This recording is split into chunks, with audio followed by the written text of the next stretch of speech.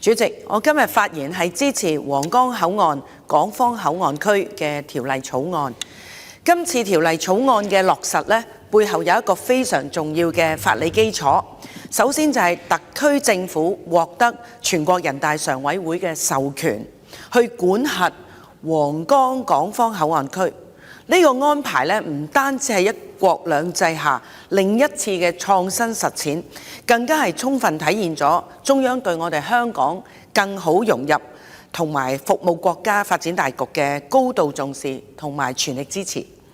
係隨着大灣區1小時生活圈日漸成熟，皇崗口岸作為深港之間嘅唯一一個24小時通關嘅陸路口岸，佢嘅重建同實施一地兩檢，絕對係順應民心，勢在必行。唔單止係方便市民往來，更加係為香港同埋深圳嘅深度融合打通咗一條最關鍵嘅主動脈。主席，新口岸嘅建設呢，唔單止係硬件上嘅升級，更加係軟件，以至到兩地部門協作機制嘅大跨越。隨住兩地居民往來更加頻繁呢，我哋特別期望我哋要喺救護、救火嘅應急、警務人員喺跨境救援同埋協作上呢，係進一步加強協助。期望兩地政府能夠建立無縫嘅對接機制。無論喺救援定係突發事件，都要做到特事特辦、安全高效。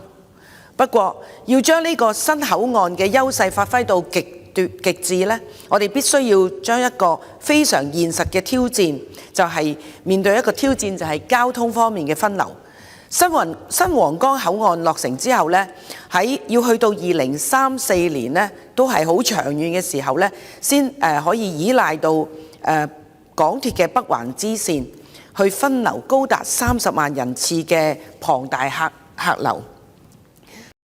單靠路面嘅交通呢，好難消化呢個咁大嘅人潮。我哋期望呢，政府係爭取北環線嘅支線盡早落實，特別係落馬洲支線同埋新皇崗口岸一段，早日投入服務，縮短口岸開通鐵路未到嘅樽頸期。政府必須要將鐵路建設提速提效，務求令到鐵路新口岸可以盡快對接。除咗鐵路之外呢，路面嘅巴士網絡呢，亦都係非常之關鍵嘅。我留意到政府早前呢，亦都規劃咗4條新嘅專營巴士線，暫時未有任何一條呢係由將軍澳或者西貢出發。而將軍澳同西貢呢，而家已經係超過50萬人口嘅社區，期望政府可以適時咁樣檢討路面嘅交通，提供更多更直接、更便捷嘅巴士線。新皇崗口岸嘅落成帶嚟嘅方便嘅好處呢係巨大嘅，由以前兩地兩檢要上落車2次、排2次隊，變成呢未來一地兩檢同埋合作查檢一次放行。